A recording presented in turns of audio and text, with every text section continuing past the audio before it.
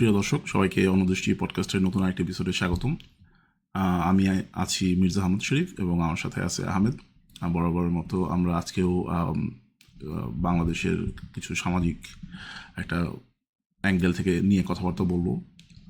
মূলত আজকে আমাদের আলোচনার টপিক হচ্ছে অনেকটা যে বাংলাদেশে যে কুসংস্কার খুবই একটা বড় ব্যাপার, বড় বিষয়।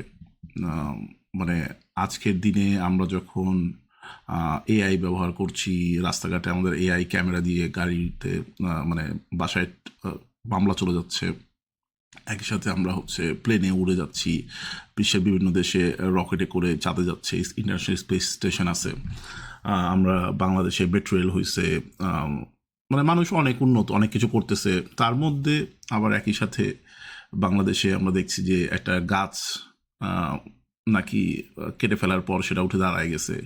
আবার আমরা মাঝে মাঝে আগে শুনছি যে গাছ নাকি কথা বলে। আবার এরকম পাশের দেশ ভারতে আমরা দেখেছি যে গাছ নাকি কান্নাকাটি করে, তো সেই গাছ নাকি মাদার মেরি বা আমাদের ইসলাম ধর্ম যে হজরত মরিয়ম আলাইহিস ইসলামের সাথে কানেক্টেড। মানে বিভিন্ন অঞ্চলে বা আমাদের এই অঞ্চলে অনেকটা বলা যায় যে আরও বেশি আমরা সচরাচর দেখে থাকি।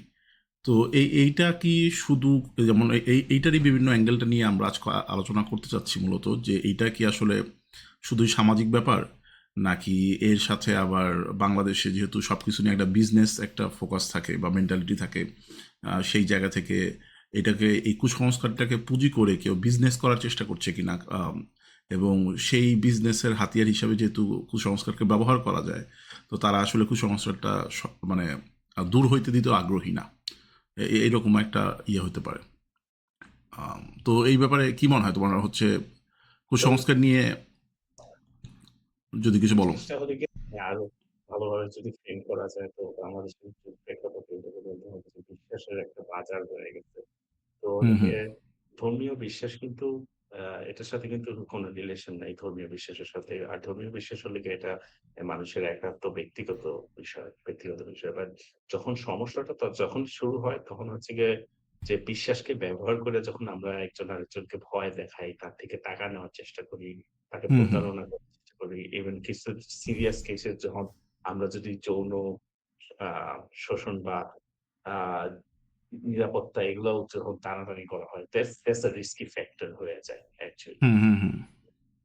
সো এখানে যেমন একটা বিষয় করা যায়, যেমন অনেক সমাজবিজ্ঞানীদের ধারণা যে আমাদের মতো স্পেশালি দক্ষিণ এশিয়া বা আমাদের এই অঞ্চলটাতে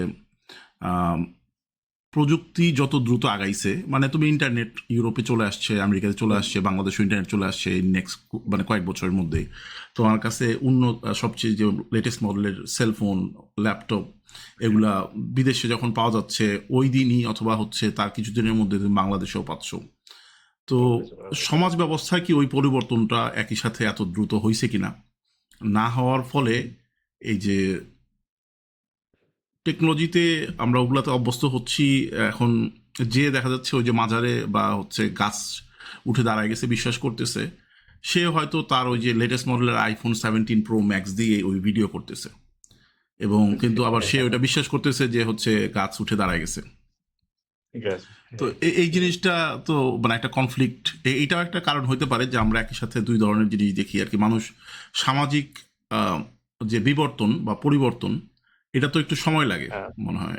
চাইতে যে টেকনোলজি হচ্ছে কালকে ছিল এক ধরনের ফোন, আজকে নতুন ধরনের ফোন আসলো, তুমি হুম। চালাচ্ছ, কিন্তু সামাজিক পরিবর্তনটা তো আর এত দ্রুত ইমিডিয়েটলি সাথে সাথে হয় না। এটার সাথে যদিও আমি আমি এটার সাথে একটু দ্বিমত করব। কারণ হলো গিয়ে যে সামাজিক পরিবর্তনের সাথে বিশ্বাসের পরিবর্তন যেগুলো হলো গিয়ে এক্সিস্টিং যেটা কুসংস্কার বা যেটাই বলেন না কেন এটার সাথে আমার মনে হয় যে ওইভাবে ডিরেক্টলি কোনো কানেকশন নাই। যেমন হলো গিয়ে স্পেশালি আমরা যদি আ আম আ অন্যান্য দেশের কথাও বলি তাহলে ওদিকে দেখা যাবে যে তাদেরও হলো গিয়ে বিভিন্ন ধরনের কালচারাল সেটিং এ এসব অনেক কিছু এখনো করা হয়। বাট ওইসব দেশ আরো অনেক, অনেক আগিয়ে গিয়েছে। যেমন আ আ চাইনিজ নিউমেরোলজি জিনিসগুলা। চাইনিজ একেকটা নাম্বারের একেকটা হলে গিয়া আ আ bad luck, bad omen, good luck এর সাথেও ইনভলভমেন্ট আছে। বাট যেসব দেশে এসবগুলো প্র্যাকটিস হচ্ছে, it's like hmm, hmm, it's a bit different. প্রযুক্তিগতভাবে কিন্তু এগিয়ে গেছে। বাট এইটার সাথে আমি বাংলাদেশের যদি কানেকশন যদি করতে চাই, যেমন হলো গিয়ে এখন আম ফার্স্টলি আমরা একটা এক্সাম্পল নিয়ে কথা বলব। সেটা হচ্ছে গিয়ে যে ওই যে কিছু মানে কিছু অ্যাকচুয়ালি বিশ্বাসের যেটা বা বিজনেস যেটা, সেটা হলো গিয়ে একদম জিরো ক্যাপিটাল বিজনেস এর মতো হয়ে গেছে। কোন ইনভেস্টমেন্ট কিছুই নাই।